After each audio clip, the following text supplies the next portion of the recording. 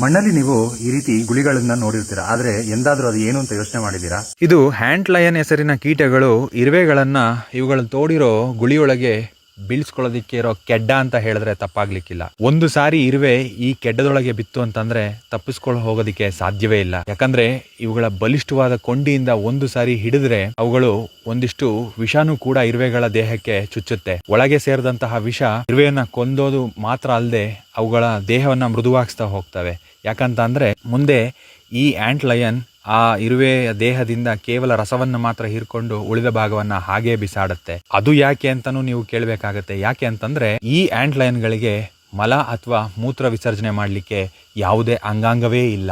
ಇದು 1 ರಿಂದ 3 ವರ್ಷಗಳ ಕಾಲ ಹೀಗೆ ಲಾರ್ವಾ ಸ್ಟೇಜ್ನಲ್ಲೇ ಅಂದ್ರೆ ಮರಿಹುಳುವಾಗೇನೆ ಉಳಿಯುತ್ತೆ. ತದನಂತರದಲ್ಲಿ ಇದು ಪ್ಯೂಪಾ ಸ್ಟೇಜ್ಗೆ ರೂಪಾಂತರಗೊಂಡಾಗ ಮಾತ್ರ ಮೂತ್ರ ಅಥವಾ ಮಲ ವಿಸರ್ಜನೆ ಮಾಡೋದು. ಮುಂದೆ ಇದೇ ಸಣ್ಣ ಹುಳು ಈ ರೀತಿ ದೊಡ್ಡ ಚಿಟ್ಟೆಯಾಗಿ ರೂಪಾಂತರಗೊಳ್ಳುತ್ತೆ.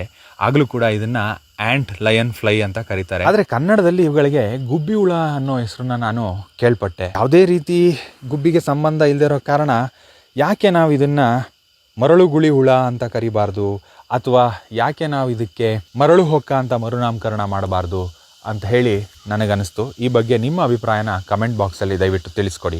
ನಿಮಗೆ ಈ ಮಾಹಿತಿ ಇಷ್ಟ ಆಗಿದರೆ ನಿಮ್ಮ ಸ್ನೇಹಿತರ ಜೊತೆ ಹಂಚ್ಕೊಳ್ಳಿ ಹಾಗೂ ತಪ್ಪದೆ ನನ್ನ ಚಾನಲ್ ಫಾಲೋ ಮಾಡಿ. Thank you.